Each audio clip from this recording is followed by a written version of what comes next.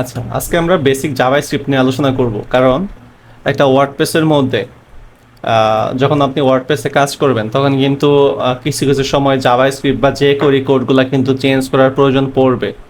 As a WordPress developer আপনি শুধুমাত্র PHP এবং ওয়ার্ডপ্রেসের ফাংশনালিটি সম্বন্ধে জানেন, এটা জানলেই শুধুমাত্র হবে না। কিছু কিছু ক্ষেত্রে আপনাকে অবশ্যই ওয়েবসাইটের জাভাস্ক্রিপ্টগুলোকেও চেঞ্জ করতে হবে, মানে অ্যাজ এ ওয়েব ডেভেলপার। সেটা মাত্র শুধুমাত্র আপনি ওয়ার্ডপ্রেস ডেভেলপার হিসেবে না, আপনি যদি ইন ফিউচার লারাবেল করেন, ইন ফিউচারে যদি ওয়ার্ডপ্রেসের প্লাগইন ডেভেলপমেন্টে কাজ করেন, আপনি যদি পাইথনে কাজ করেন, মানে ওয়েব রিলেটেড যত কিছুই আপনি করেন না কেন, আপনাকে অবশ্যই জাভাস্ক্রিপ্টে হাত দিতে হবে। যেমন এইচটিএমএল সিএসএস ছাড়া আপনি সামনে আগাতে পারবেন না, ঠিক তেমনি জাভাস্ক্রিপ্টটাও হলো ম্যান্ডেটরি পার্ট। এই জাভাস্ক্রিপ্টের বিষয়গুলো হয়তো বা আমি ইন ডিটেলসে দেখাবো না, আমি যেগুলো না দেখাইলেই নয়, বেসিক ওইগুলো দেখাবো শর্ট টাইমের মধ্যে। বাট জাভাস্ক্রিপ্ট রিলেটেড অনেক ভালো ভালো টিউটোরিয়াল ইউটিউবের মধ্যে অ্যাভেলেবেল আছে, হ্যাঁ। এবং আমিও একটা প্লেলিস্ট নিয়ে আসার চিন্তা ভাবনা করতেছি ইউটিউবের মধ্যে, খুব শীঘ্রই সেই প্লেলিস্টটা রিলিজ হবে। আপনারা সেই প্লেলিস্টটাও দেখে ফেলবেন। আমি প্লেলিস্টটা রিলিজ হলে আমি আপনাদের গ্রুপের মধ্যে লিঙ্কগুলো দিয়ে দিব, আপনারা সেইগুলো থেকেও দেখবেন। মানে এখানে চাইতে আরও ডিটেলসে দিব আর কি, মানে পার্ট বাই পার্ট করে। আচ্ছা, জাভাস্ক্রিপ্ট।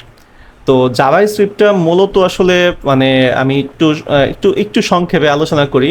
যে জাভাস্ক্রিপ্টটা মূলত ক্রিয়েট হয়েছিল ওয়েবসাইটের সামান্য কিছু ইন্টারাকশনের জন্য। কীরকম ইন্টারাকশন, আমি যদি আপনাদেরকে এক্সাম্পল দেখাই, মনে করেন ধরেন এই যে এখানে ক্লিক করলে এই যে এটা হাইড হয়ে যাচ্ছে, দেখছেন এটা ক্লিক করলে হাইড হয়ে যাচ্ছে, হ্যাঁ।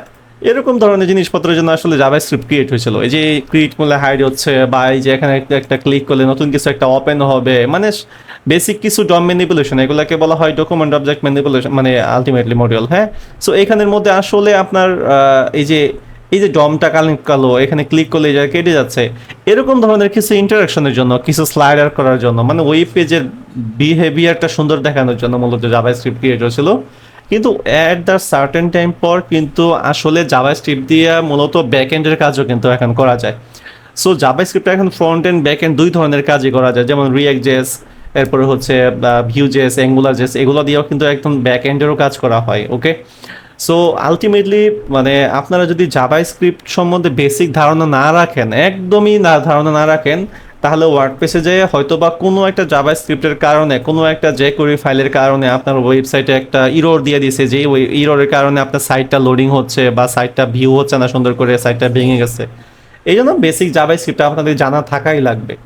আমরা যেরকম সিএসএস এর জন্য, এই যে এখানের মধ্যে সিএসএস এর জন্য যেমন স্টাইল ডট সিএসএস ক্রিয়েট করছি, ঠিক তেমনই আমাদের জাভাস্ক্রিপ্টের জন্য একটা ফাইল ক্রিয়েট করতে হবে। জাভাস্ক্রিপ্টের ফাইল ক্রিয়েট করা ছাড়াও কিন্তু আপনি বিভিন্ন ধরনের কাজ করতে পারেন, হ্যাঁ। আমরা মূলত W3 স্কুলের যে জাভাস্ক্রিপ্টের, এটা এখান থেকে আমরা এক্সাম্পল নিব। মনে করেন আমি শুধুমাত্র জাভাস্ক্রিপ্ট লিখে যদি সার্চ করি, দেখবেন W3 স্কুলের টিউটোরিয়ালটা এখানের মধ্যে চলে আসবে, হ্যাঁ। এখান থেকে আমরা এটার এক্সাম্পলের কিছু কিছু এক্সাম্পল দেখে দেখে আমরা এতে কাজ করব। তো এই যে আমাদের এখানের মধ্যে অনেকগুলো ফাংশন আছে, সব ফাংশন নিয়ে আলোচনা করতে হলে আলাদা একটা কোর্সের দরকার হবে। আমি এখানে দেখাবো যে ফাংশনগুলা মেন পার্ট, যেগুলো না জানলেই নয়। বাট আমি এনকারেজ করতেছি না যে আমি যতটুকু দেখাবো এতটুকু নিয়েই পড়ে থাকবেন। আপনাদেরকে ইন ডিটেলস দেখার জন্য আরও নিজেকে আরও পড়াশোনা করতে হবে, আরও এটার মধ্যে সময় দিতে হবে। যত বেশি সময় দিবেন তত বেশি জানতে থাকবেন।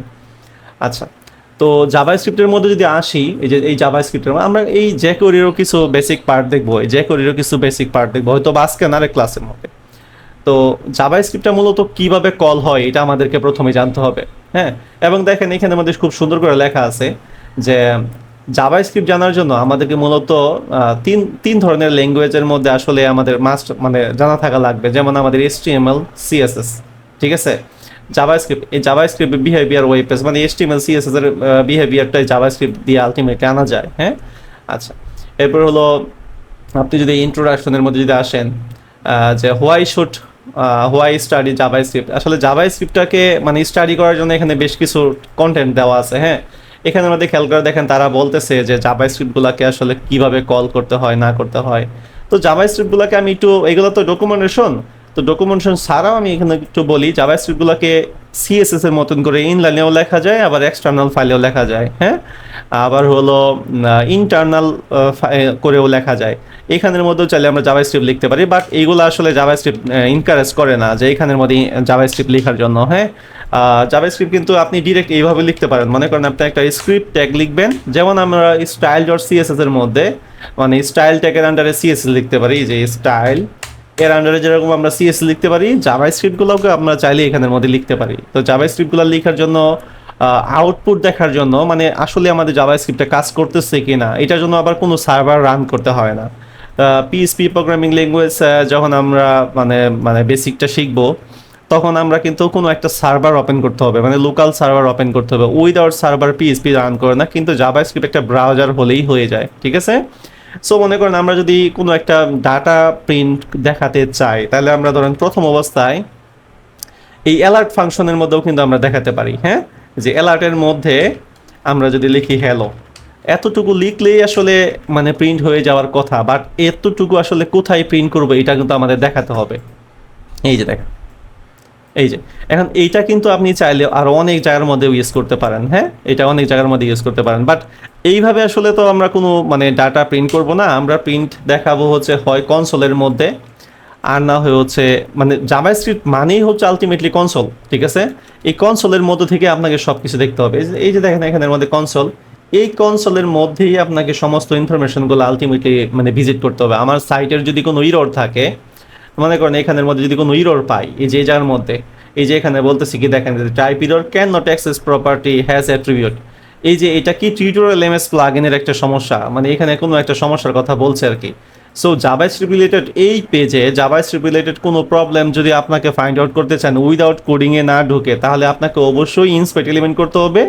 ইনস্পেক্ট এলিমেন্ট করে আপনাকে এখানে কনসোলে এসে এখানে দেখতে হবে, হ্যাঁ। আচ্ছা, তো আমরা এখানের মধ্যে এই কনসোলের মধ্যে ডাটা প্রিন্ট করার জন্য আমরা লিখতে পারি কনসোল ডট লগ।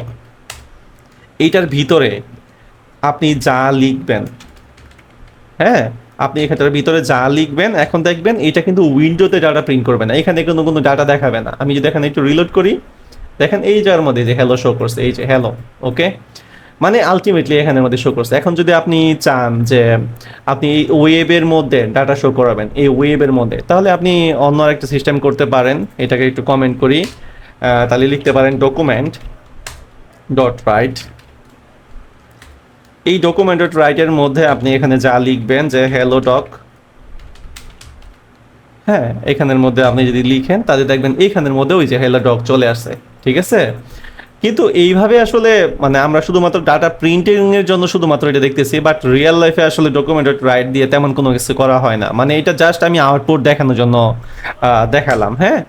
আবার আরেকটা হচ্ছে আপনার document get element by ID, মানে কোনো একটা মার্কআপের মাধ্যমে যদি আপনি ডাটা শো করাতে চান, হ্যাঁ।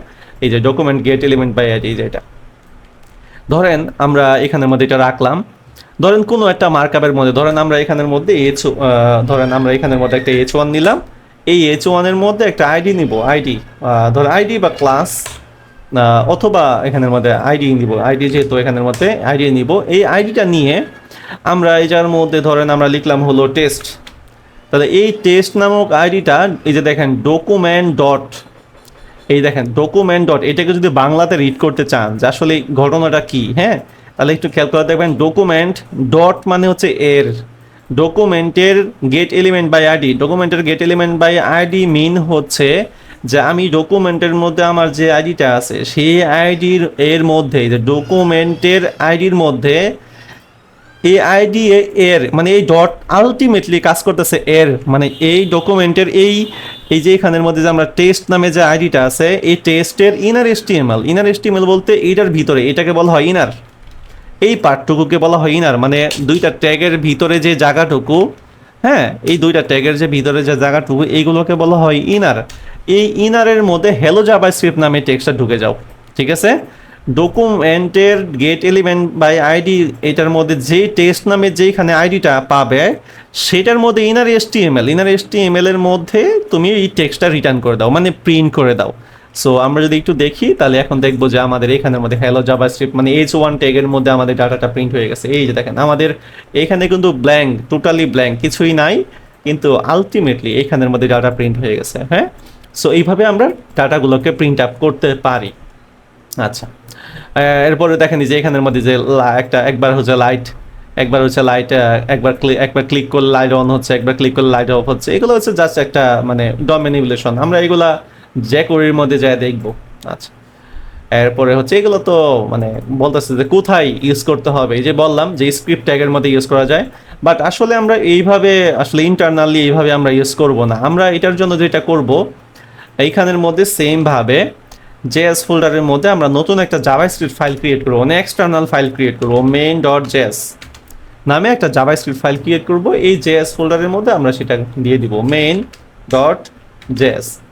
আচ্ছা, এইটার ভিতরে মূলত আমরা যদি এখন এই যে সেম জিনিসটাই যদি এখন আর আমাদেরকে কোনো কোটেশন লাগবে না বা কিছুই লাগবে না, এটাই যদি আমরা এখন কাট করে, হ্যাঁ, এটাই যদি কাট করে আমরা এখানের মধ্যে দিয়ে দেই, তাহলেও দেখবেন এখানের মধ্যে সেম ভাবে এটা কাজ করতেছে। এই যে, ঠিক আছে, কোনো চেঞ্জেস নাই। হ্যাঁ, বাট আমি এনকারেজ করবো, এবং ইনভার্টো নিজেও কিন্তু যেটা করে যে ইন্টারনাল সিএসএস মানে ইন্টারনাল জেএস এগুলা কিন্তু তারা অ্যালাউ করে না, তারা এক্সটার্নাল ফাইলে, ঠিক আছে, অবশ্যই জেএস দেওয়ার কথা বলে। সো আমরা এইভাবে মানে এর আগে যে প্র্যাকটিসটা করছি এই প্র্যাকটিসটা করব না, আমরা সবসময় আলাদা কোনো ফাইলের মধ্যে জাভাস্ক্রিপ্টের কোডগুলো লিখব।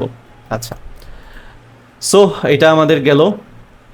এবং জাভাস্ক্রিপ্টের ফাইলগুলো কোথায় কল করতে বলতেছে, জাভাস্ক্রিপ্টের ফাইলগুলো আলটিমেটলি সিএসএস যেমন আমাদের প্রথম দিকে আমরা লোড করতেছি, জাভাস্ক্রিপ্ট ফাইলগুলো বলতেছে যে সবার শেষে লোড হতে।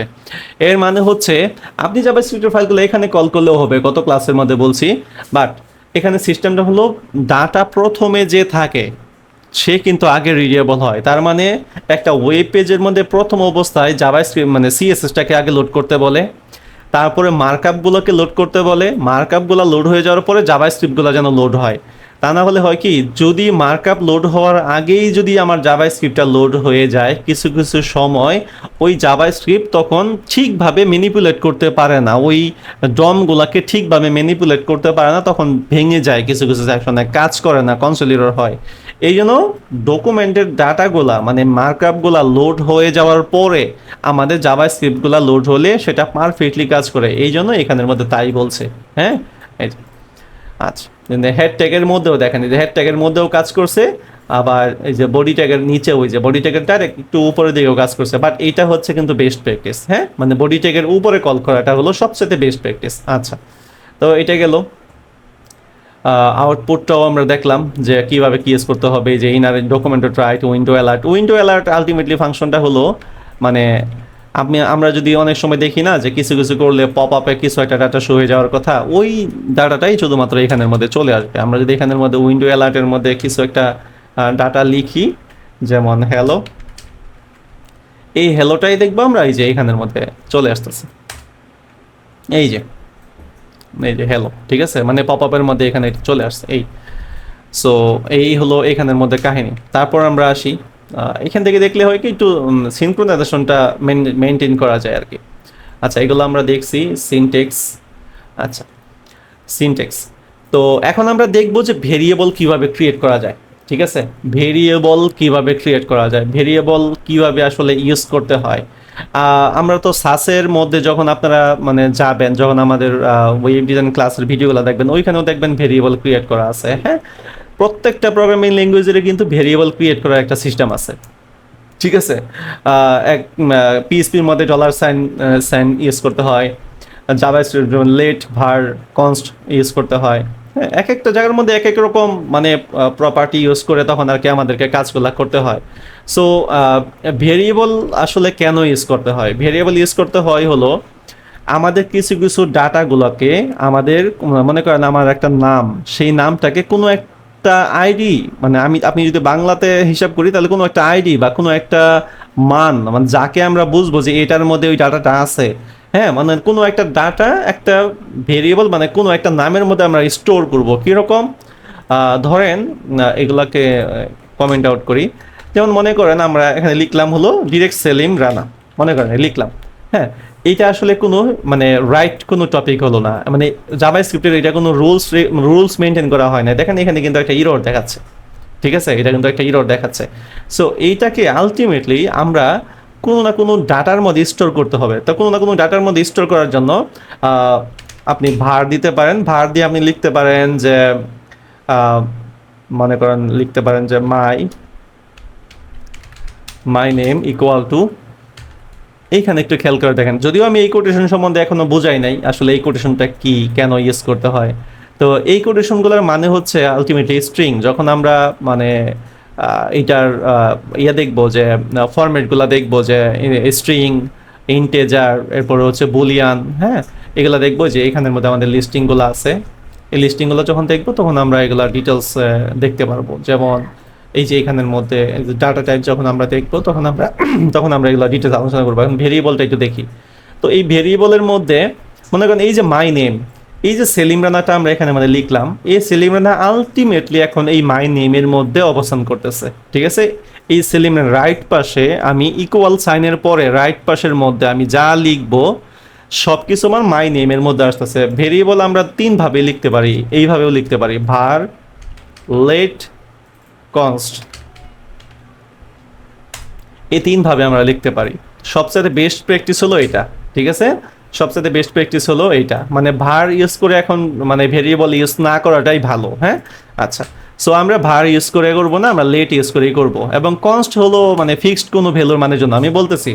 তো আমরা এইটার মধ্যে মাই নেমের মধ্যে রাখলাম। এখন এই মাই নেমটা আমরা কোনো জায়গার মধ্যে যদি প্রিন্ট করতে চাচ্ছি তাহলে কি করব, তাহলে ধরেন console.log, এটা হচ্ছে আউটপুট শো করানোর জন্য, যেটা আমি প্রথমেই বললাম। তো এটার মধ্যে আমি জাস্ট এসে আমার মাই নেমটা ইনজেক্ট করে দিলাম। দেখেন আমি কিন্তু এটা মাই নেমটা এখানের মধ্যে যখন কোনো একটা ভেরিয়েবল বা ফাংশন অ্যাসাইন করবেন তখন কিন্তু কোটেশন দিবেন না। কোটেশন দিলে তখন এটা কিন্তু স্ট্রিং হয়ে যাবে। স্ট্রিং মানে নর্মাল একটা টেক্সট হয়ে যাবে, কোনো ভ্যালু রিটার্ন করবে না। সো এই জায়গার মধ্যে আপনি মাই নেম দিয়ে দিলেন। মাই নেম দিয়ে দেওয়ার পর আপনি একটু খেয়াল করে দেখেন যে আমাদের এই কনসোলের মধ্যে যদি আসি, দেখেন আমাদের সেলিম রানা এখানের মধ্যে চলে আসছে, হ্যাঁ। আচ্ছা, এরপরে মনে করেন আপনি আরেকটা নিতে পারেন যে একটা ভেরিয়েবল আসলে দুইবার কিন্তু আপনি কল করতে পারবেন না। খেয়াল করে দেখেন, দুইবার কল করতে পারবেন না, হ্যাঁ। আপনি এখানে লেখেন যে নেম আপনি এরকম দিতে পারেন। এগুলোকে বলা হয় ভেরিয়েবলের ক্যামেল কেসিং সিস্টেম, যে প্রথম ওয়ার্ডটা একটু বড় থাকবে। আপনি এইভাবেও দিতে পারেন, কাজ করবে। বাট প্রফেশনালিজমের জন্য যদি বলেন তাহলে এরকম, মানে প্রথম ওয়ার্ড যেটা থাকবে এটা ছোট হাতের, দ্বিতীয় ওয়ার্ডটা আলটিমেটলি প্রথম অক্ষরটা একটু বড় হাতে থাকবে। নেম মনে করেন, পরে যদি লিখি যে ফার্স্ট, তাহলে দেখেন যে এফটা ফার্স্ট। পরে মনে করেন যদি লিখি ডেমো, মনে করেন ভেরিয়েবলের নাম, দেখেন ডিটা বড় হাতের। সো আশা করি বুঝতে পারছেন যে ভেরিয়েবলের নামগুলো কিভাবে আসলে লিখলে ভালো হয়, হ্যাঁ। আচ্ছা, এই যে এখানে লিখলেন এটা আমরা তাহলে এখানে দিতে হবে, তা নাহলে ইরর হবে। আচ্ছা, সেম ভাবে আমি যদি নেমটাও দিতে চাই, এখানের মধ্যেও আমাদের এটা ডাটাটা প্রিন্ট হয়ে যাবে।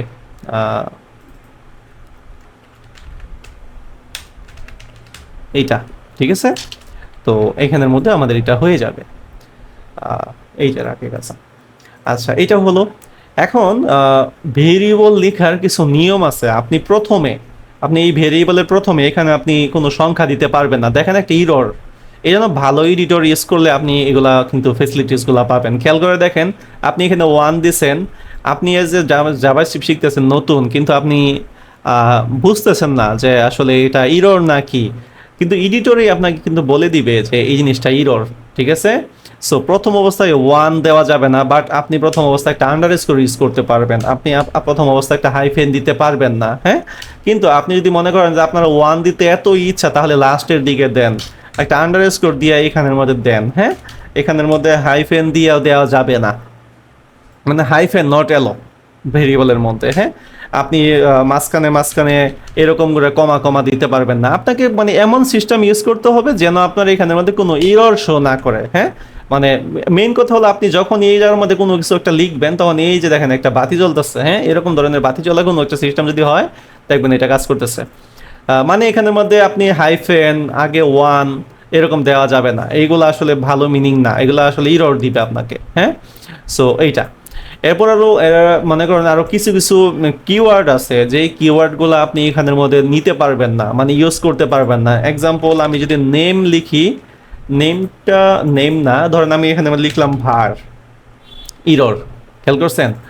এরপরে আমি যদি এখানে লিখি যে ফাংশন, মনে করেন এটা একটা ভেরিয়েবল নিতে যাচ্ছেন, নেওয়া যাবে না।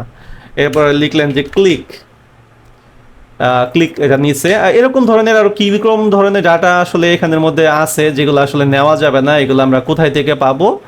যেমন আপনি মনে করেন জাভা স্ক্রিপ্ট, আমার আসলে শব্দগুলো মনে থাকবে না, জাভা স্ক্রিপ্ট কিওয়ার্ড,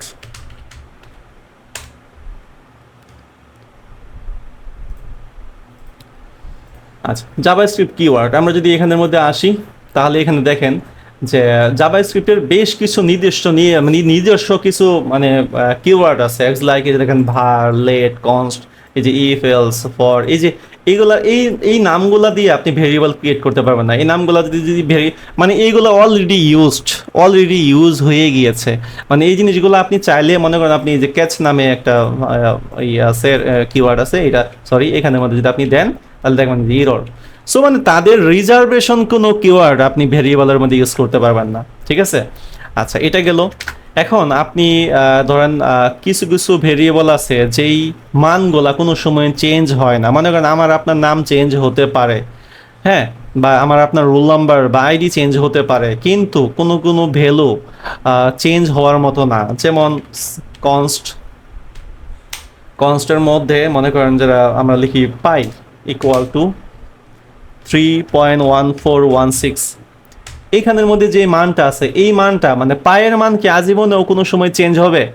কোনো সময় কিন্তু এই পায়ের মানটা চেঞ্জ হবে না। যেই মানগুলা, যেই ভ্যালুগুলা আজীবন সেম থাকবে, বা যেই আপনি জানতেছেন যে আমাদের ওয়েবসাইটের মধ্যে এই ডাটাটা কোনো জায়গার মধ্যেই চেঞ্জ হবে না, মানে ফিক্সড ভ্যালু, সেই ক্ষেত্রে সেই ডাটাগুলোকে আপনি কনস্ট হিসাবে রাখতে পারেন। মানে এগুলো হলো ফিক্সড ভেরিয়েবল, মানে কোনো সময় চেঞ্জেবল হবে না।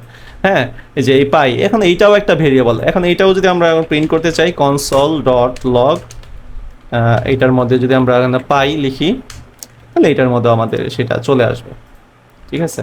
এই 3.1416। সো আমরা মানে ফিক্সড ভেরিয়েবল যেগুলো সেগুলো আমরা দেখতে পারলাম। এভাবে মূলত ভেরিয়েবলগুলো কাজ করে। আর একটু খেয়াল করে দেখেন এই ডাবল কোটেশন বা সিঙ্গেল কোটেশনের মধ্যে যেই টেক্সটগুলো থাকবে সেই টেক্সটগুলোকে স্ট্রিং বলা হয়। আর যদি কোনো ডাবল কোটেশন ছাড়া যদি কোনো টেক্সট থাকে, এক্সাম্পল ধরেন এখানের মধ্যে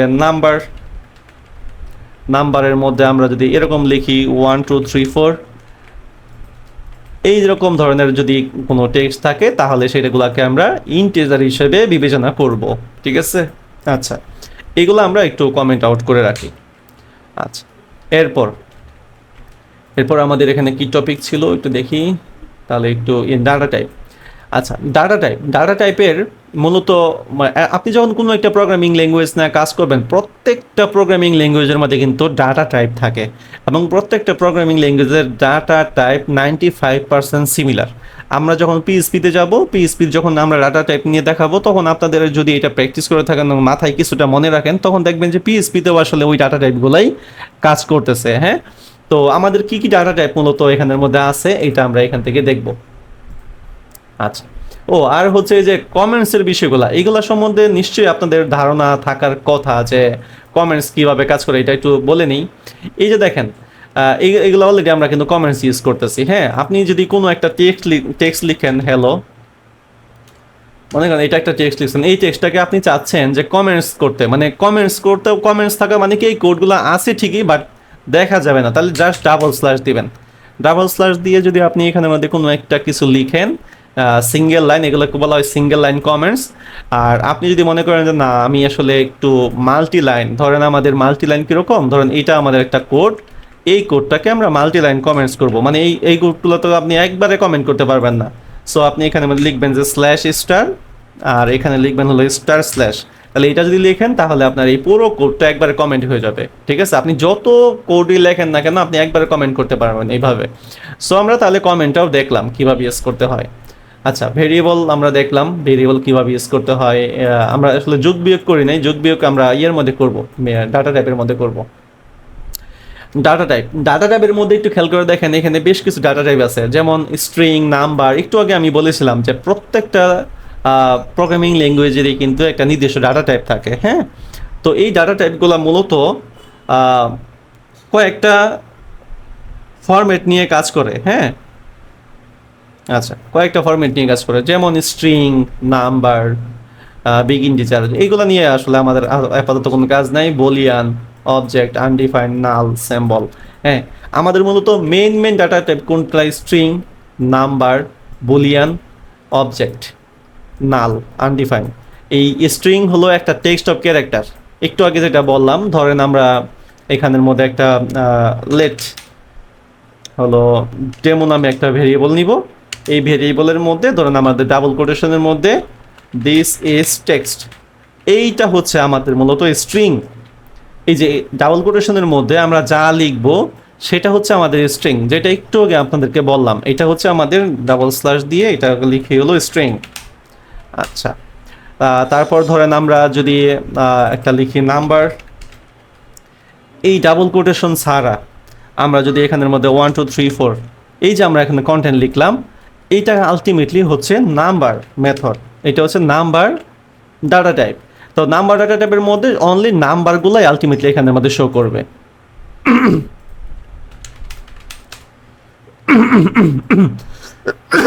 আচ্ছা, নাম্বারগুলো এখানের মধ্যে শো করবে। হ্যাঁ, এবং এইগুলোর মধ্যে আলটিমেটলি এর নাম্বারের পরিবর্তে আপনার ডট সামথিং এলস এগুলাও আসতে পারে। হ্যাঁ, এই ধরেন 5.1 এরকম ওগুলো আসতে পারে। এগুলো ওয়ান কাইন্ড অফ একটা নাম্বার, এটা ফ্লোটিং টাইপ নাম্বার আর কি। হ্যাঁ, আচ্ছা, সো এইটা হচ্ছে আমাদের স্ট্রিং এবং নাম্বারের মধ্যে ডিফারেন্সটা আর কি। যখনই আমরা কোনো ডাবল কোটেশনের মধ্যে কোনো কন্টেন্ট লিখবো সেগুলো হবে স্ট্রিং, আর যখনই আমরা ডাবল কোটেশন ছাড়া কোনো একটা ইয়ের মধ্যে লিখবো সেটা। আচ্ছা, আমি এটা একটু অ্যাড করে নিই। আচ্ছা, তো নাম্বার এবং স্ট্রিং টাইপ আমরা দেখলাম। হ্যাঁ, এরপর আমরা দেখবো হলো বুলিয়ান। বুলিয়ান মিন হচ্ছে আলটিমেটলি ট্রু এবং ফলস। বুলিয়ান মিন হচ্ছে ট্রু এবং ফলস। ধরেন সত্য অথবা মিথ্যা, মানে ঘটনার দুইটা ঘটনা ঘটবে, হয় সত্য হবে আর না হয় মিথ্যা হবে। ধরেন আলটিমেটলি আমরা যদি একটু দেখি যে বুলিয়ানের যদি কয়েকটা এক্সাম্পল আমরা এখান থেকে দেখাই। এইটা তো আমাদের একটা কমন, এটা ছাড়া আর কোনো এক্সাম্পল? আচ্ছা, এইটা রিয়েল এক্সাম্পল। মনে করেন আমরা ইফ এলস কন্ডিশনের মধ্যে বুলিয়ানগুলা দেখবো, সমস্যা আরও প্রপারলি দেখবো। সো ধরেন আমাদের কোনো একটা ভেরিয়েবল লেট ধরেন এক্স ইকুয়াল টু ধরেন হচ্ছে ট্রু, তাহলে এই যে আমাদের এই জিনিসটা, এইটা আলটিমেটলি হচ্ছে এই ট্রু হচ্ছে আমাদের বুলিয়ানের মানে ট্রু এবং মানে আলটিমেটলি মানে কোনো একটা রেজাল্ট ট্রু অথবা ফলস শো করাবে। মনে করেন আমাদের এখানের মধ্যে ওয়াই ইকুয়াল টু আমরা মনে করেন ফলস দিলাম।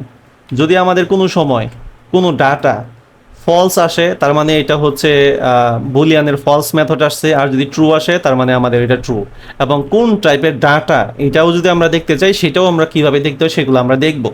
সো এটা আপাতত শুধু জেনে রাখেন যে বুলিয়ান মিন হচ্ছে কোন রেজাল্টে ট্রু এবং ফলস দুইটা থেকে যে কোনো একটা রিটার্ন করবে। হ্যাঁ, মানে টাইপ যখন আমরা চেকিং করব যে এটা কি টাইপের, এটা যখন চেকিং করব তখন আমরা এই জিনিসটা দেখতে পারবো।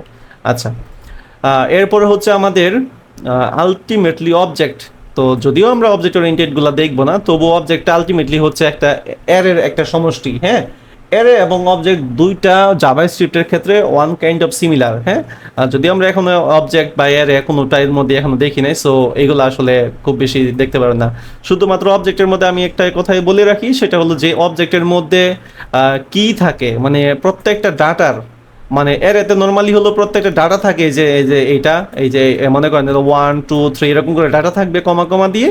কিন্তু অবজেক্টের ক্ষেত্রে প্রত্যেকটা ডাটার আগে আসলে মনে করেন নেমের আগে কি নেম, যদি কারের নাম থাকে তাহলে কার নেম দিয়ে কারের কি নাম হবে, এরকম টাইপের। হ্যাঁ, সো অবজেক্টগুলো আলটিমেটলি এইগুলো হচ্ছে কি, এগুলো হচ্ছে ভ্যালু, কি এবং ভ্যালু। অবজেক্টের মধ্যে কি এবং ভ্যালু দুইটাই থাকে, আর এর মধ্যে অনলি ভ্যালু থাকে। ঠিক আছে, এটা হলো অবজেক্ট এবং এর মধ্যে পার্থক্য। আচ্ছা, আর আনডিফাইন্ড, আনডিফাইন্ড মানে কি? আনডিফাইন্ড মানে দেখেন এগুলোকে একটু বাংলিশ সিস্টেমে চিন্তা করবেন। আনডিফাইন্ড মানে কি? মানে কোনো কিছু ডিফাইন্ডই করা হয় নাই। যেমন মনে করেন এই যে আমরা এখানে এক্স ইকুয়াল টু ট্রু লিখছি, মনে করেন আমরা এখানে লিখলাম ভার, ভার না লেট, এই লেটের মধ্যে মনে করেন লিখলাম হচ্ছে টেস্ট। ঠিক আছে, মনে করেন লিখছি ডেমো। তাহলে এই যে ঘটনাটা এটা তো অলরেডি দেখলাম, এটা হলো মানে ওয়ার্ক নামে একটা ভেরিয়েবল ক্রিয়েট করলাম। দেখেন এইটার মধ্যে কোনো কিছু কিন্তু ডিফাইন করা হয় নাই। মনে করেন টেস্ট ইকুয়াল টু এরকম হতে পারতো, টেস্ট ইকুয়াল টু হ্যালো, এটা মনে করেন আমরা হ্যালোটা ডিফাইন করছি এটার মধ্যে। যদি ডিফাইন করা হয় তাহলে তো হলোই। যে জিনিসটার মধ্যে কোনো কিছু ডিফাইন করা হয় না সেই ভ্যালুটাকে, সেই ডাটা টাইপটাকে বলা হয় আনডিফাইন্ড টাইপের ডাটা টাইপ। ঠিক আছে, আনডিফাইন্ড টাইপের ডাটা টাইপ। আচ্ছা, আর নাল, নাল বলতে আলটিমেটলি এই জিনিসটা জিরোও না, কোনো কিছুই না, মানে এই জিনিসটা একদম ফাঁকাও না, মানে কোনো কিছুই না, জাস্ট এটা একটা টাইপের, মানে মনে করেন এটা আলটিমেটলি নাল টাইপের কিরকম, মনে করেন আমি এখানের মধ্যে যদি আসি, এই যে মনে করেন আমি যদি এখানের মধ্যে আসি, ধরেন ভেরিয়েবলের নাম আমরা কি লেট দিই, লেট ধরেন আমরা এখানে লিখলাম হলো সাম। হ্যাঁ, সাম লিখে আমরা এখানে নাল লিখলাম।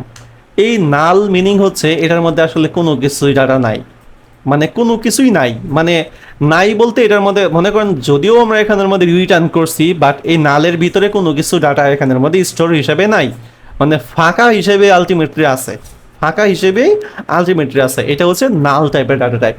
সো এই বেসিক টাইপের ডাটা টাইপগুলো আমাদের সবসময় মনে রাখতে হবে, বিভিন্ন সময় বিভিন্ন ধরনের কাজে আমাদেরকে এই ডাটা টাইপগুলো কিন্তু কাজে লাগবে।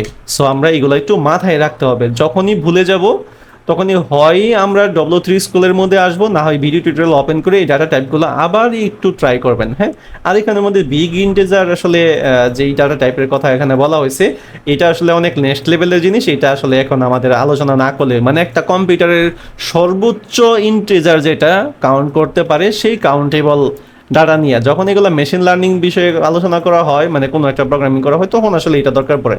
বাট আমাদের কাজের ক্ষেত্রে এটা আপাতত কোনো কাজই করবে না। আচ্ছা, সো আমরা লেট, কনস্ট এইগুলো আমরা দেখছি। হ্যাঁ, এখন আমরা দেখি অপারেটর। আচ্ছা, প্রত্যেকটা প্রোগ্রামিং ল্যাঙ্গুয়েজের মধ্যে অপারেটর খুব ইম্পর্ট্যান্ট। ঠিক আছে, কেন ইম্পর্ট্যান্ট? কারণ অপারেটর যদি আপনি না বুঝেন তাহলে আপনি কন্ডিশনাল লজিকগুলো আপনি কিন্তু ঠিকঠাকভাবে কাজ করতে পারবেন না। ঠিক আছে, কন্ডিশনাল লজিক বলতে কীরকম, ধরেন তার চাইতে সে বড়, ওর চাইতে ও বড়, যোগ করা, বিয়োগ করা, হ্যাঁ, মানে গুণ বিয়োগ, মানে নানান কিছু, মানে ভাগ করা, গুণ করা, নানান ধরনের জিনিসপত্রগুলোকে যদি আপনি কম্পেয়ার করতে চান তাহলে আপনি অবশ্যই অপারেটর সম্বন্ধে ভালো ধারণা থাকতে হবে। আর আমরা যেহেতু এখানে কেউ ক্লাস 1-2 এর ছেলে না, তাহলে অবশ্যই আমাদের মিনিমাম পড়াশোনা আছে যে এই সাইনের মানে কি, এই সাইনের মানে কি, এটার মানে কি, এগুলো সম্বন্ধে আমাদের বোঝার ক্যাপাবিলিটি আছে। হ্যাঁ, কারণ এগুলো আমরা জানি ক্লাস 6 থেকে মনে হয় যে ক্লাস 6 থেকেই তো মনে হয় এইটা পড়ানো হয়, মানে বীজগণিত পড়ানো হয় বর্তমানে। বর্তমানে কি তাই তো আছে, তাই না? ক্লাস 6 থেকে বীজগণিত পড়ানো হয় না? কেউ একজন আনসার দেন তো। হ্যাঁ, আলটিমেটলি তো অনেক সময় কিন্তু আমরা যখন মানে বীজগণিত শিখতাম, আমি নিজের কাছে মনে হতো যে আচ্ছা, এই যে বীজগণিতের মধ্যে বীজগণিত অঙ্কগুলো আমরা করতেছি, এগুলো আছে রিয়েল লাইফে আসলে কখন, রিয়েল লাইফে কখন এগুলো ইমপ্লিমেন্টেশন হবে? হ্যাঁ, আপনারা আসলে বিশ্বাস করবেন না, এগুলা কিছু কিছু স্যারেও না এই ধরনের আনসার দিতে পারতো না। বুঝতে পারছেন? যখন জিজ্ঞাসা করতাম যে আসলে এই যে আমরা স্যার পাটিগণিতের মধ্যে না হয় বিভিন্ন সুদের অঙ্ক আছে, কত পার্সেন্ট সুদে কত পার্সেন্ট কি হচ্ছে, রহিম সাহেব এই ব্যবসা করতেছে, তার এটা লস হয়েছে, এখানের মধ্যে এটার একটা ভিজুয়ালাইজেশন আছে। কিন্তু ক্লাস 6-7 পড়া একটা স্টুডেন্ট কিন্তু ওই বীজগণিত দিয়ে আসলে কি হবে এটা কিন্তু মানে তার মাথার মধ্যে আসার কথা না। আমি যখন ক্লাস 7 ওইটা জিজ্ঞাসা করছিলাম যে স্যার এই বীজগণিত দিয়ে আসলে আমরা করবোটা কি, মানে হচ্ছেটা কি, মানে করবো কি আমরা, ঠিক আছে মিলতেছে করতেছি, স্যারে কিন্তু আনসার দিতে পারে নাই। বুঝতে পারছেন? মানে তখন আমি একটা কনফিউশনে পড়ে গেলাম যে কি রে ভাই, স্যারই কেন ভালো করে, স্যার বলছে যে অঙ্ক তোমাকে শিখতে হবে না, অঙ্ক তো তোমাকে জানতেই হবে, অঙ্ক তো লাগবেই। তো যখন তুমি বড় হইবা, যখন তুমি ইন্টারে পড়বা, মেট্রিকে যাবা, তখন তো তোমাকে আরো বীজগণিত, তো ঠিক আছে আমি বীজগণিতে যাবো, কিন্তু এই জিনিসটা যে শিখতেছি, প্রত্যেকটা শেখার তো একটা মানে লক্ষ্য থাকে, তাই না? তো লক্ষ্যটা কি, মানে আমি করবোটা কি, পরে এটা বলতে পারে না। যাই হোক, এই বীজগণিতের সিস্টেমগুলো আলটিমেটলি আপনার প্রোগ্রামিং এর জন্য খুব বেশি কার্যকর। ঠিক আছে, এই জিনিসগুলো আলটিমেটলি আমাদের প্রোগ্রামিং এর মধ্যে কিন্তু আসতেছে। এই যে সরল অঙ্কগুলা করতাম এইগুলা, এই যে যোগ বিয়োগ গুণ, মানে আলটিমেটলি কোন সময় আগে যোগ হবে নাকি বিয়োগ হবে নাকি ভাগ হবে, এই জিনিসগুলো আমাদের বোঝা। যদিও আমরা এত গভীরে যাব না, তবু আমরা জিনিসগুলো জাস্ট একটু টাচ দিয়ে রাখলাম। তো এই যে এখানের মধ্যে অ্যাসাইনমেন্ট অপারেটর, ইকুয়াল দিয়ে সবসময় অ্যাসাইনমেন্ট বলতে কি, যে আমরা একটু আগে ভেরিয়েবল অ্যাসাইন করছি, এই যে দেখেন, এই যে ভেরিয়েবল অ্যাসাইন করছি, যে পায়ের মধ্যে আমরা একটা ডাটা স্টোর করছি, এটা হচ্ছে অ্যাসাইনমেন্ট। এবং এডিশনাল অপারেটর যে যোগ করা, এটা দিয়ে মাল্টিপ্লিকেশন মানে গুণ করা, আর এটা হলো কম্পারিজন। কম্পারিজন মানে হলো আপনার বড় নাকি ছোট, এগুলা মেনটেন করা। হ্যাঁ, এখন আমরা একটু যোগ বিয়োগ গুণ ভাগ আপনারা একটু করি। যেমন মনে করেন আমরা এখানে ভারের মধ্যে এক্স ইকুয়াল টু ধরেন 10, আর ভার লিখছি, অসুবিধা নাই। ভারের মধ্যে ওয়াই ইকুয়াল টু ধরেন হলো 15। আচ্ছা, তো এই যে আমরা এক্স ইকুয়াল টু 10 এবং ওয়াই ইকুয়াল টু মানে 15 ইউজ করছি, এইটাকে আমরা চাইলে এখন যোগ করতে পারবো। কিরকম? যেমন কনসোল ডট লগ, এটার মধ্যে আমরা এক্স প্লাস হচ্ছে এখানের মধ্যে ওয়াই, এক্স প্লাস ওয়াই, এটা যদি আমরা লিখি, তাহলে আমরা কিন্তু এইটার মধ্যে এই জিনিসটা কিন্তু যোগ করতে পারবো। মানে 10 আর 15 মিলে 25 হয়, তাহলে 25 হলে আমাদের এই যার মধ্যে আলটিমেটলি যে 25 দেখাবে। এই যে দেখেন 25, ঠিক আছে। আপনি যদি মনে করেন যে না, আমি এখানের মধ্যে আছে হলো মানে 20 আছে, আমি ওয়াই আর মান আছে হলো ওয়াই এর মান হচ্ছে আলটিমেটলি 2, ঠিক আছে। আপনি যদি এক্সকে যদি ভাগ করতে চান, ঠিক আছে, এক্সকে যদি ভাগ করতে চান ওয়াই ধারা, তাহলে আপনার এইখানের মধ্যে দেখাবে এই যে 10 দুগুণে 20। আপনি যদি মনে করেন এই এখানের মধ্যে 10 আছে, আপনি এখানের মধ্যে 5 দেওয়া এটাকে গুণ করবেন, তাহলে চাইলে এখানের মধ্যে গুণও করা যাবে। হ্যাঁ, মানে সব কিছুই করা যাবে। আমি জাস্ট এক্সাম্পল দেখা দিলাম যে 5 10 50। হ্যাঁ, সো এইগুলো আমরা ইচ্ছা করলেই করতে পারবো মানে এই জিনিসটার মাধ্যমে। বাট এইগুলা তো আসলে বেসিক একটা ওয়ে। হ্যাঁ, আমরা চাইলে এখানের মধ্যে ভেরিয়েবলের মধ্যেও নিতে পারবো, মানে এই যে এখানে যে ডাটাগুলো আছে এটার মধ্যে আমরা নিতে পারি যে ভার Z equal to x plus Y. Okay, এই এক্স প্লাস ওয়াই দিয়ে আমরা যদি জেডটা যদি এখানের মধ্যে আমরা রিটার্ন করি, তাহলে এর মধ্যে একই জিনিস দেখাবে। দেখেন এই যে 15, তার মানে কি 10 আর 5 মিলে 15। মানে আপনি চাইলে আরেকটা ভেরিয়েবলের মধ্যে ওই জিনিসগুলো মানে ভেরিয়েবল ক্রিয়েট করা আছে, এই ভেরিয়েবলগুলোকেও আপনি চাইলে অ্যাসাইন করতে পারেন। হ্যাঁ, ভেরিয়েবলের মানগুলো তখন এখানে অ্যাসাইন হবে। আচ্ছা, এই অ্যাসাইনের মানটা কার মধ্যে থাকবে? জেড এর মধ্যে। এই জেড এর মানটা আমরা কনসোল ডট লগের মাধ্যমে প্রিন্ট করতেছি। হ্যাঁ, আচ্ছা, এটা গেল। তারপর আমাদের এখানের মধ্যে যোগ বিয়োগ গুণ ভাগের বিষয়গুলো তো অবশ্যই বুঝবেন, এবং এখানের মধ্যে চাইলে আমরা এই ব্র্যাকেটের মাধ্যমে করতে পারি। কিরকম? ধরেন আমরা প্রথম অবস্থায় এরকম করতে পারবো যে এইটা প্লাস মনে করেন যদি এরকম করি আমরা এখানের মতন করে, যে এখানের মধ্যে একটু খেয়াল করে দেখেন, আমি আর এর মধ্যে গেলাম না, এখানের মধ্যে দেখেন যে এর মান হলো 3 দেওয়া, ঠিক আছে। আর এইখানের মধ্যে 10 প্লাস 100 প্লাস 50, তার মানে এখানে কত আছে? 150। তাহলে 150 ইন্টু 3, তাহলে কত হবে? 300, 550, ঠিক আছে। যদি আমরা এই মানটাই আমরা যদি এখন নিয়ে আসি, হ্যাঁ, এই মানটাই আমরা নিয়ে আসলাম, নিয়ে এসে আমরা এই এক্স এর মানটা আমরা এখানের মধ্যে উল্লেখ করব। তার মানে এখানের মধ্যে আলটিমেটলি কি হচ্ছে? এ ইকুয়াল টু 3 আছে, এই যে এ ইকুয়াল টু 3 এখানে দিলাম, আর এটা মাল্টিপ্লিকেশন মানে গুণ, আর এই কমার ভিতরে আমরা 100 প্লাস 50 রাখলাম। তার মানে কি 100 প্লাস 50 হলো কত? 150 হবে আগে, কারণ আমরা সরল অঙ্ক করছি। যে সরল অঙ্কের মধ্যে কি দেখায়? যে প্রথম অবস্থায় যোগ করা হয়, তারপরে আমাদেরকে কি করা হয়? গুণ করা হয়। তাহলে যোগ করলাম, তারপরে আমরা গুণ করে দিলাম, যোগ করলে 150, তাহলে 3 150 আলটিমেটলি কত হয়? 550। সো আমাদের এখানে 550 শো করবে, এই সরি 450 শো করবে। 150 150 300, আর হলো 150 450। ওকে, আচ্ছা, গেল এটা। আচ্ছা, এরপর আমাদের অ্যারিথমেটিক অপারেটরের মধ্যে আরো কিছু গুরুত্বপূর্ণ অপারেটর আছে। এই যে এইটা আমাদের খুব বেশি গুরুত্বপূর্ণ। হ্যাঁ, যোগ বিয়োগ গুণ ভাগ এটা যে কেউ দেখলে আসলে করতে পারবে। এখানের মধ্যে এগুলো আছে কনকাটেনেশন, মানে কোনো কিছু যদি যোগ করতে চাই। আচ্ছা, আরেকটা জিনিস আমি আপনাদেরকে দেখাই, যদি আর কি কোনো টেক্সটের মধ্যে যদি আমরা কোনো একটা স্পেস যদি আমরা রিটার্ন করতে চাই, তাহলে আমরা কি করতে পারি এটা আমাদেরকে একটু জানা লাগবে। হ্যাঁ, কোনো টেক্সটের পর যদি কোনো টেক্সট দুইটা স্ট্রিং এর মাঝখানে যদি আমরা নতুন কোনো ডাটা অ্যাড করতে চাই তাহলে আমরা কি করতে পারি, এটা হচ্ছে আমাদের এখন একটু জানার বিষয় আছে। হ্যাঁ, এটা আমরা এতটুকু এখন পর্যন্ত আমরা জানি নাই। সো আমরা তো এখানে খেয়াল করে দেখেন, প্রথমে আমাদের দুইটা স্ট্রিং নিব। এই স্ট্রিং এর মধ্যে মানে আমরা কোনো কিছু যদি অ্যাড করতে চাই, পিএসপিতে আমাদের ডট দিয়ে অ্যাড করতে হয়, আর জাভাস্ক্রিপ্টের ক্ষেত্রে আমাদের প্লাস সাইন ইউজ করতে হয়। খুবই সিমিলারিটি। মনে করেন আমরা এখানের মধ্যে dollar sign x equal to dollar sign না, আমাদের লেট এক্স ইকুয়াল টু মনে করেন আমরা লিখলাম হলো এটা স্ট্রিং, তাহলে অবশ্যই আমাদেরকে এটা লিখলাম, আর এখানে লিখলাম হলো রানা। হ্যাঁ, এটা হলো ওয়াই। আচ্ছা, ঠিক আছে। এখন let z equal to x plus y, যেটা যদি লিখি এবং এখানে যদি লিখি যে কনসোল ডট লগ, হ্যাঁ কনসোল ডট লগ, এটার মধ্যে যদি আমরা এখন জেড দিয়ে দেই তাহলে আলটিমেটলি কি প্রিন্ট হবে রুহুল ভাই বলেন? এখানে কি আসবে, মানে এটার ভিতরে কি ডাটা আসবে?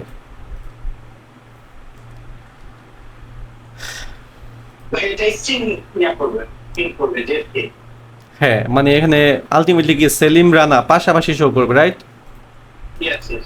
আচ্ছা, এখানের মধ্যে কি আসতেছে দেখেন তো। Right right right.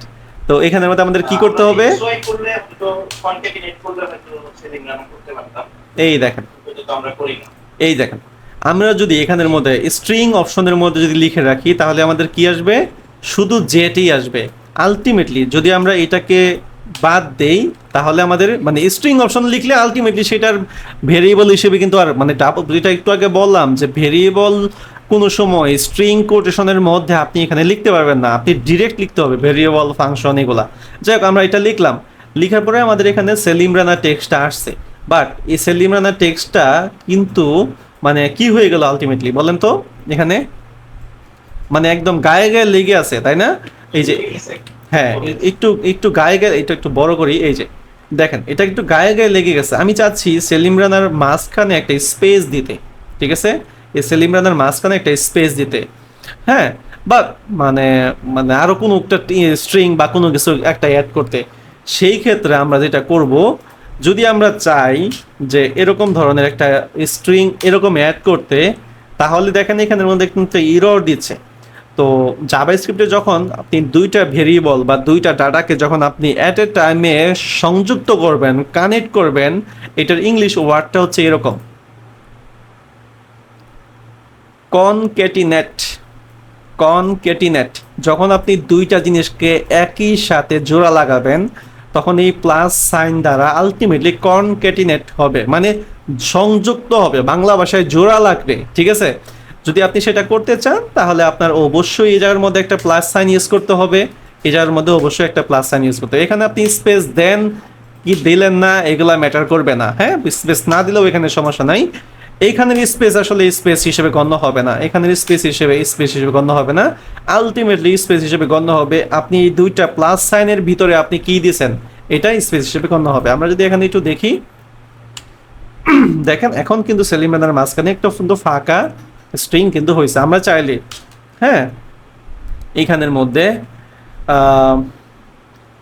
এটার মধ্যে দিতে পারি, এটার মধ্যে আমরা নতুন কিছু টেস্ট এটাও যদি লিখি তাহলে আমরা দেখবো এটার ভিতরে ওই যা লিখবেন তাই আলটিমেটলি এটা আমাদের চলে আসতেছে। হ্যাঁ, সো যাই হোক, এইটার ভিতরে মানে কোনো একটা স্ট্রিং যদি আপনি দুইটা ভেরিয়েবলের মাঝখানে কানেক্ট করতে চান তাহলে অবশ্যই আপনাকে দুইটা প্লাস সাইনের মাঝামাঝি জায়গার মধ্যে আপনাকে এটা ইউজ করতে হবে। এখন আপনি যদি মনে করেন যে না, আমি আসলে শুধুমাত্র এইটার সাথে কোনো একটা স্ট্রিং যুক্ত করব, ঠিক আছে, এইটার সাথে কোনো একটা স্ট্রিংকে যুক্ত করব, তাহলে এখানে লিখলেন যে সেলিম রানা, ঠিক আছে? এটার মান তো আমরা প্রিন্ট করি নাই এখানের মধ্যে। সো আমি যদি এখানে যাই তাহলে দেখেন এই যে সেলিম রানা কিন্তু এখানে আছে।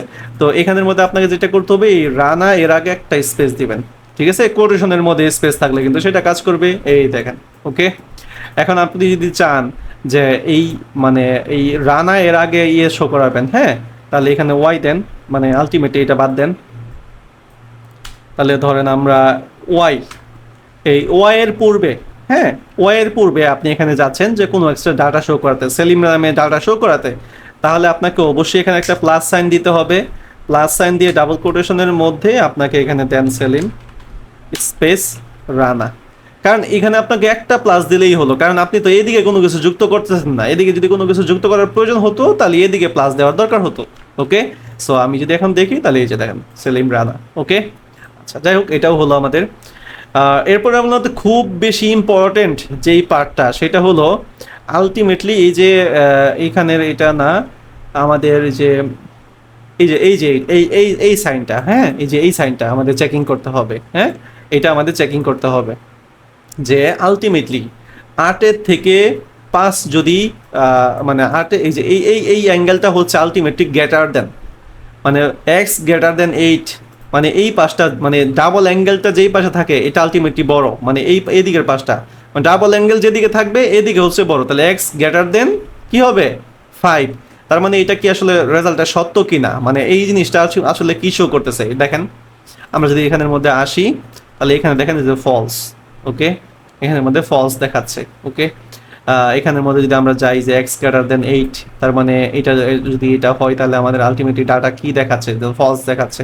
সো আমরা একটা কাজ করতে পারি, ধরেন আমরা এখানের মধ্যে এইটাগুলোকে কমেন্ট আউট করি, এখানের মধ্যে ধরেন আমরা একটা বেসিক একটা ডাটা শো করি। এগুলো কিন্তু আমাদের ইফ কন্ডিশনের মধ্যে কিন্তু খুব কাজ করবে। হ্যাঁ, ভেরিয়েবল এক্স ইকুয়াল টু ধরেন আমরা এখানে লিখলাম হচ্ছে 10, আর এখানের মধ্যে আমরা variable y equal to x greater than 15, আর এখানের মধ্যে যদি আমরা কনসোল ডট লগ এইটা যদি আমরা দেখি, তাহলে এইখানের মধ্যে আসলে আমাদের ওয়াই এর মানটা যদি এখানের মধ্যে রাখি, তাহলে এইখানে মূলত কি হচ্ছে আসলে, মানে এক্সটা কি আসলে 15 থেকে বড়, যদি সেটা 15 থেকে বড় না হয় তাহলে এখানের মধ্যে কি আসতেছে খেয়াল করে দেখেন ফলস। তার মানে এটা কি, মানে বুলিয়ান টাইপের ডাটা রিটার্ন করতেছে। তো এইখানের মধ্যে আমরা যদি এইটা না দিই, যদি উল্টায় দিই, এখন লেস দেন দেই যে 15 থেকে কি এক্স ছোট, এটার মানে কি লেস দেন, তার মানে 15 থেকে কি আসলে এক্স ছোট কিনা। যদি আমরা এটা একটু চেক করি তাহলে এটা ট্রু, আসলে এটা ট্রু রিটার্ন করছে। ঠিক আছে, আচ্ছা তো এটা গেল।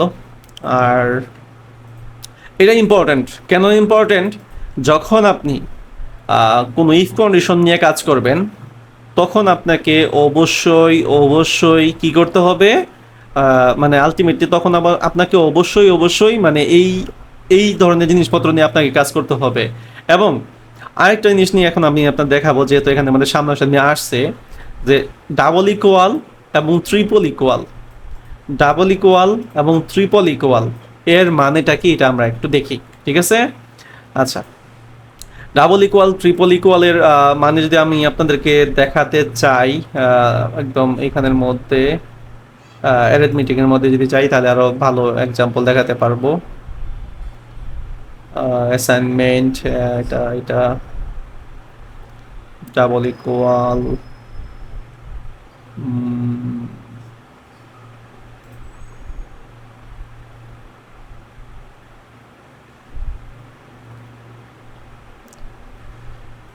ডাবল ইকুয়ালের এটা যদি এখানের মধ্যে দেখাই,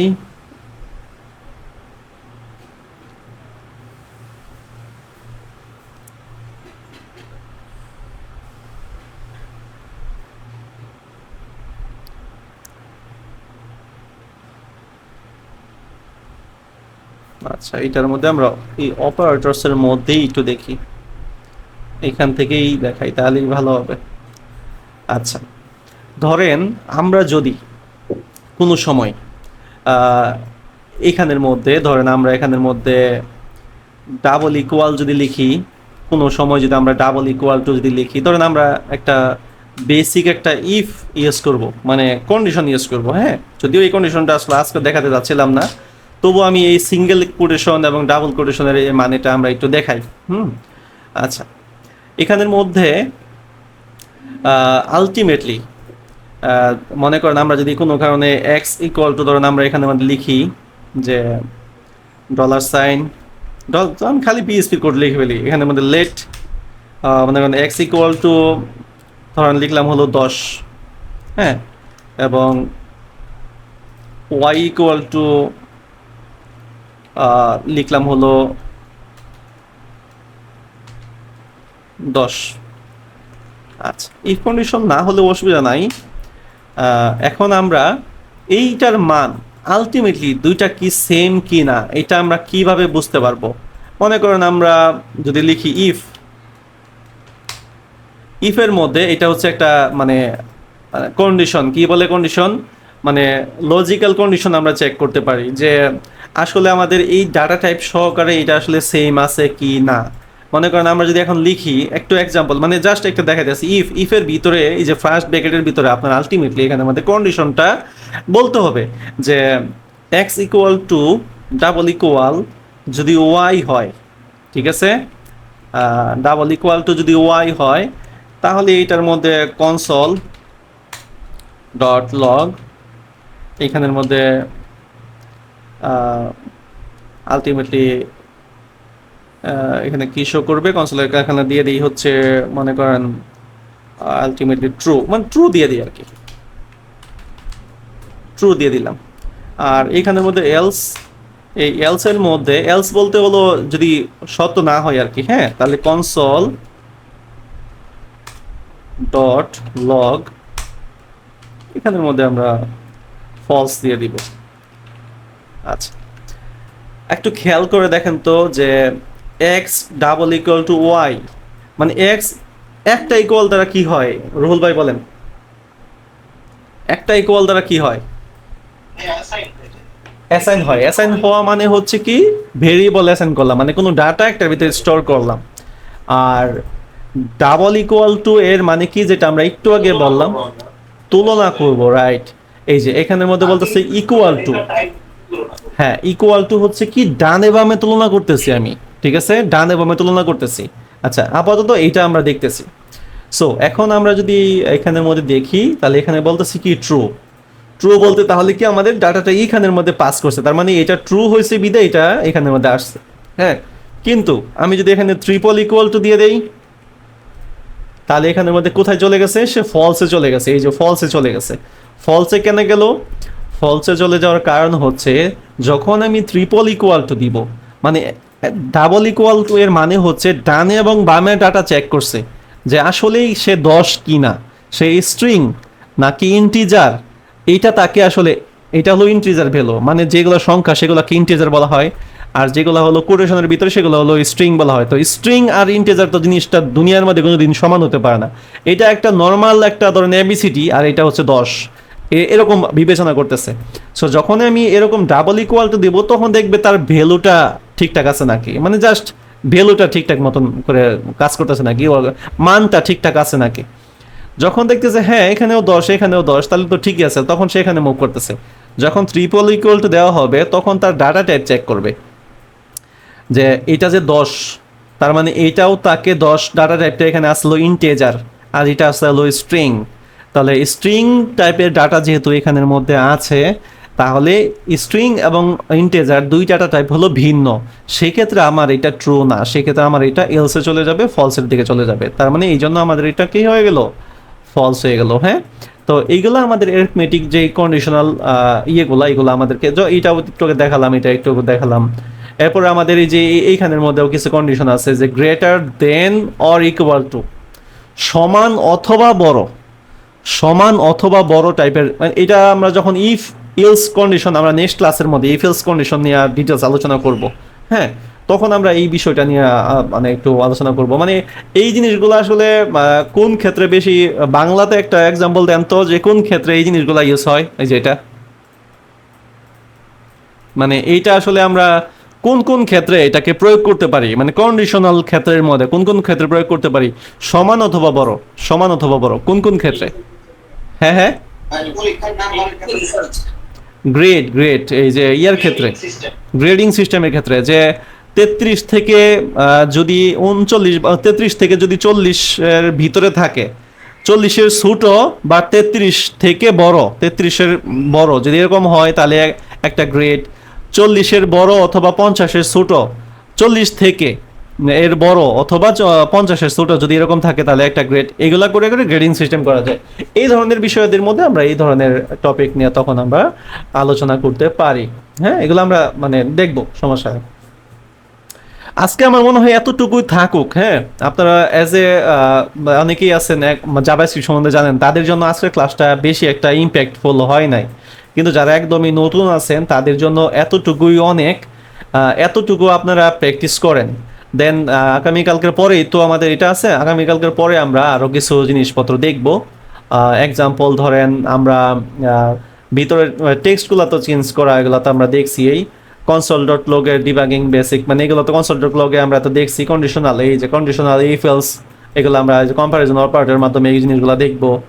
লুপ দেখবো, হ্যাঁ লুপ দেখবো, এবং বেসিক কিছু অ্যারে ফাংশনালিটি দেখবো। তখনই আমরা বেসিক জাভাস্ক্রিপ্টের এই পার্টগুলো আমরা যাব।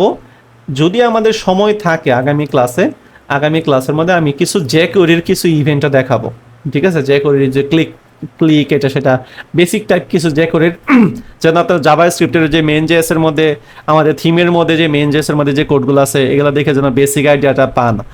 আর যদিও আমাদের এতটুকু জাভাস্ক্রিপ্টের জন্য মেইন না, মানে আরও অনেক জাভাস্ক্রিপ্ট তো আসলে শিখা শেষ নাই। মানে এখন যে জাভাস্ক্রিপ্টে এক্সপার্ট বাংলাদেশে, সেও কিন্তু প্রতিনিয়ত জাভাস্ক্রিপ্ট শিখতে থাকে। হ্যাঁ, সো আমি আপনাদেরকে জাস্ট একটা হাতে ঘড়ি দিয়ে দিলাম। এই হাতে ঘড়িটা দিয়ে যেন অন্য অন্য জাভাস্ক্রিপ্টের টিউটোরিয়াল দেখলেও, বা আমি যে প্লেলিস্টটা নিয়ে আসতেছি ওই প্লেলিস্টের মধ্যে আরও সিনক্রোনাইজেশন থাকবে প্রত্যেকটা পার্ট।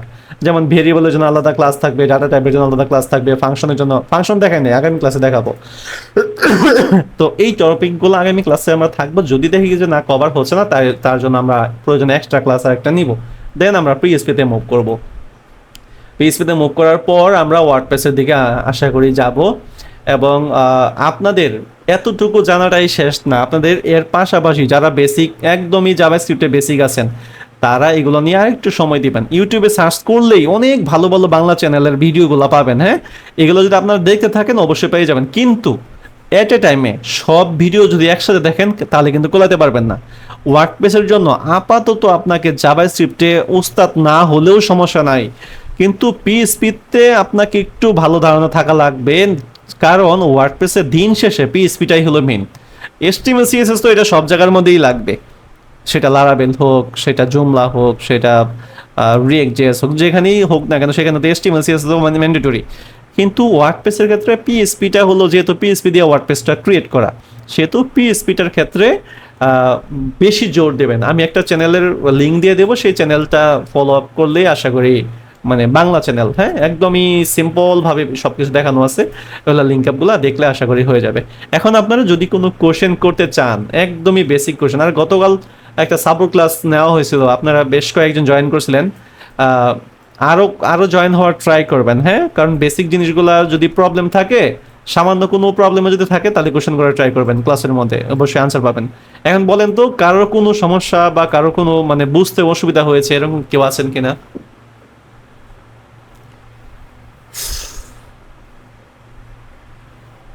আমার মনে হয় সমস্যা নাই, এগুলো তো প্র্যাকটিসের বিষয়, ছোটখাটো বিষয়, এগুলা প্র্যাকটিস করলেই আসলে হয়ে যাবে। একটা কোশ্চেন ছিল, সেটা হচ্ছে যে মানে আপনার ওয়ার্ডপ্রেস ডেভেলপমেন্টের ক্ষেত্রে জাভাস্ক্রিপ্টের অবজেক্ট বা এই সমস্ত বিষয়ে জ্ঞান কতটুকু থাকা দরকার, আর মানে কতটুকু জাভাস্ক্রিপ্ট জানলে দেন যে কোয়েরিতে ইয়া করা যায়, বা কি কি আমার এক অত্যাবশ্যক যে কোয়েরিতে ঘাটাঘাটি করা যায়।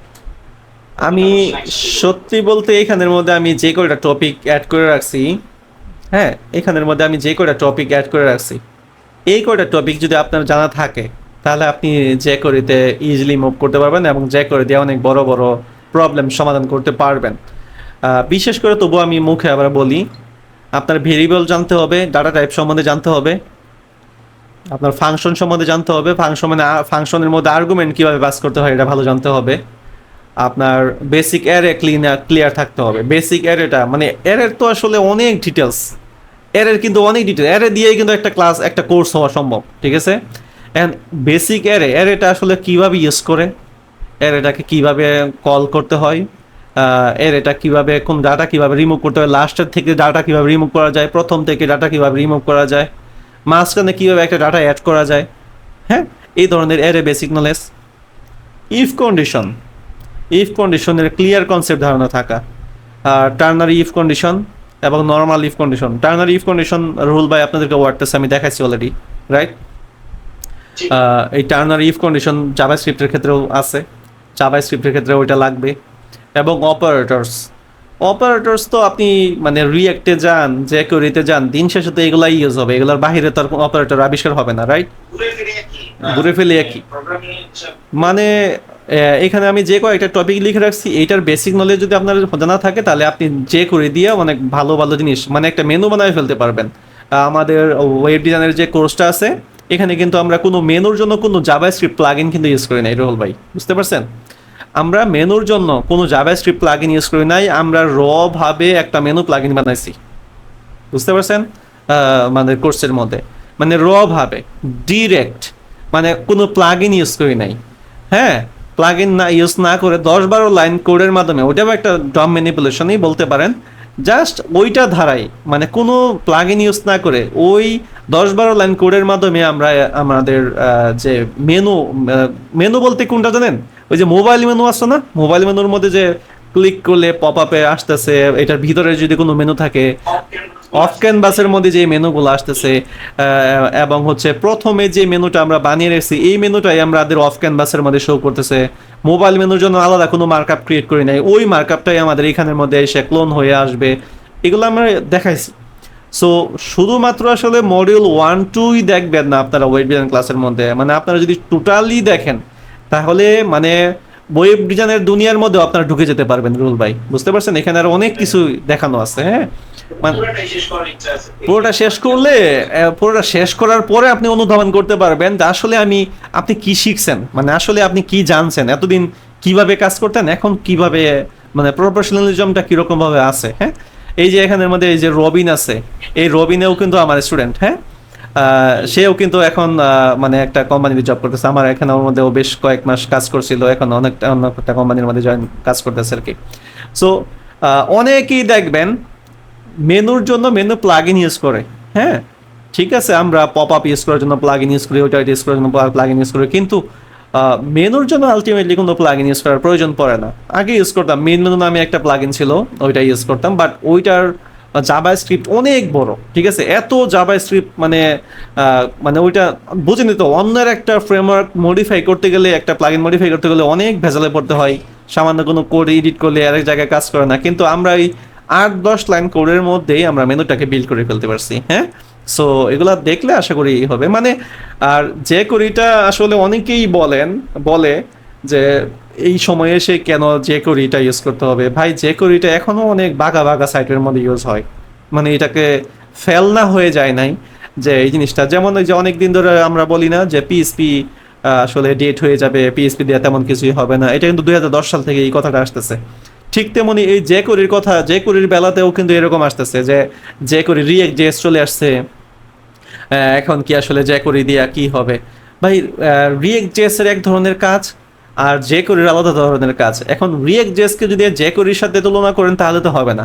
রিয়েক্ট জেএস হলো আলাদা প্যাটার্নের কাজ, আর হচ্ছে যে করির হচ্ছে আলাদা প্যাটার্নের কাজ। যে করি হচ্ছে ছোট ছোট পার্টগুলাকে সে কম্বিনেশন করে যে কোনো একটা ঘটনা ঘটায় ফেলবে। আর মানে যে আর হচ্ছে রিয়েক্ট জেএস এর মধ্যে যেটা হবে, মানে রিয়েক্ট জেএস এর মধ্যে হচ্ছে টোটাল একটা সাইটকে সে কম্পাইলেশন করবে, আর যে করি আলটিমেটলি একটা সাইটের ছোট কিছু পার্টকে, একটা সাইটের ছোট কিছু পার্টকে সে কম্পাইলেশন করবে, মানে সব কিছুকে সে মেনটেন করার দরকার নাই, কিছু কিছু পার্টকে সে মানে মেনটেনেবল করবে। সো দুইটা আলাদা টপিক, হ্যাঁ। তো আপনি যদি গুগলে সার্চ করেন যে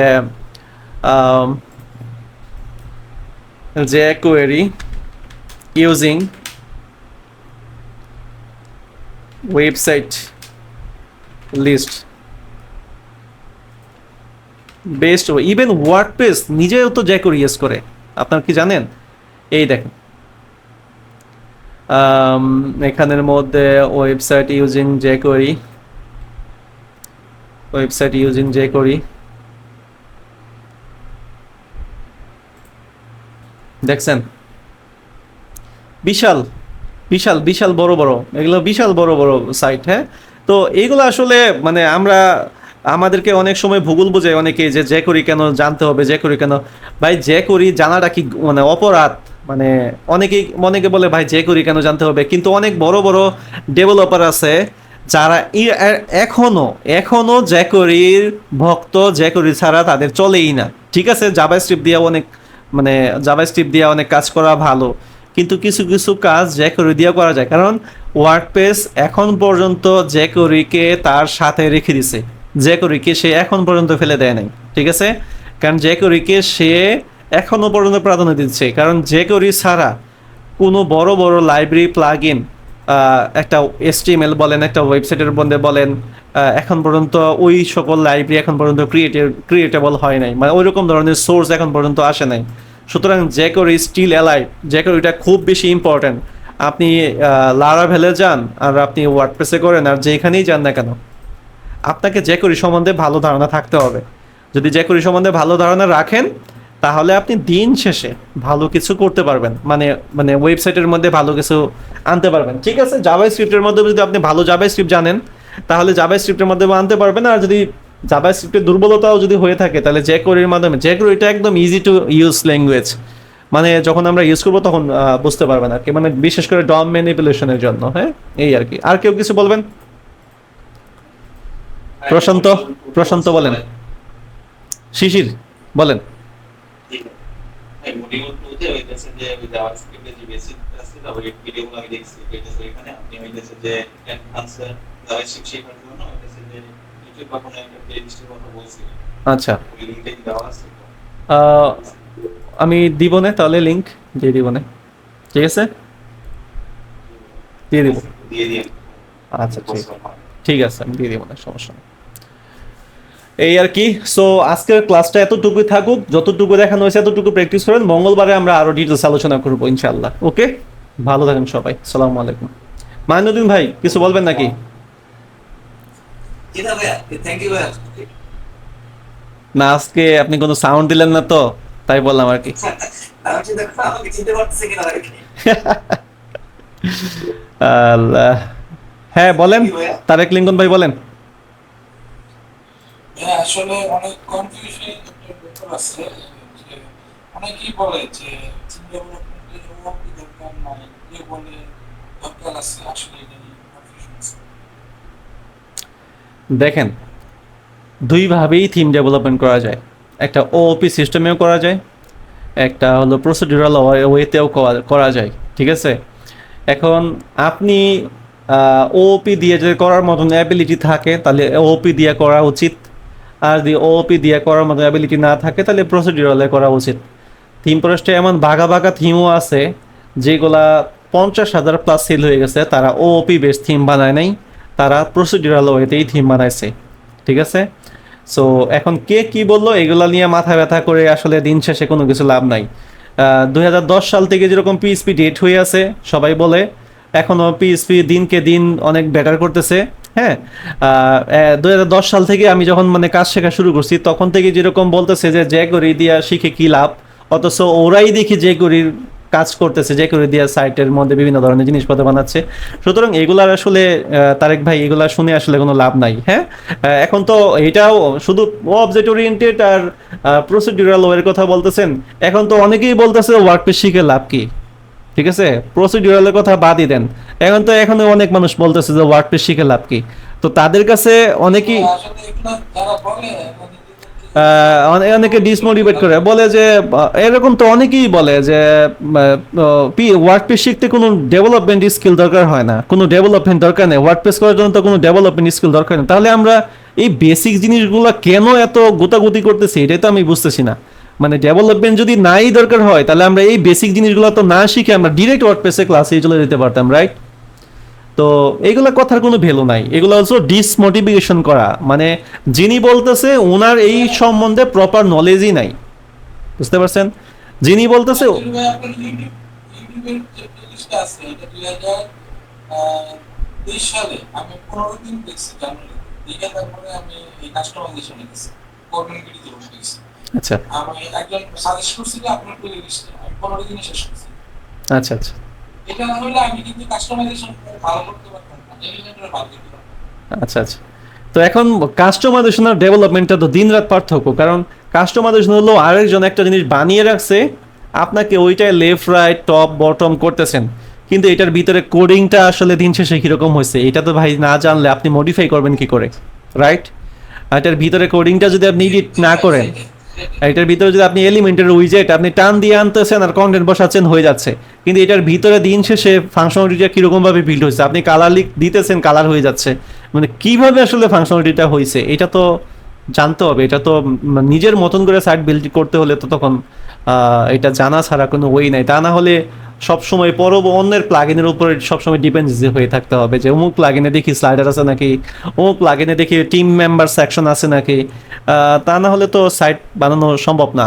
মানে কাস্টম ভাবে যারা বলে আসলে ডেভেলপমেন্টে ওয়ার্ডপ্রেস থিম ডেভেলপমেন্টে কোডিং জানা দরকার নাই, মানে এই তো আর সামনের মাস থেকে হয়তো আমরা ওয়ার্ডপ্রেস থিম ডেভেলপমেন্ট করব, তখন দেখবেন যে আসলে কি কোডিংটা জানা দরকার আছে কি নাই, তখনই বুঝতে পারবেন কত ধানে কত চাল, বুঝতে পারছেন?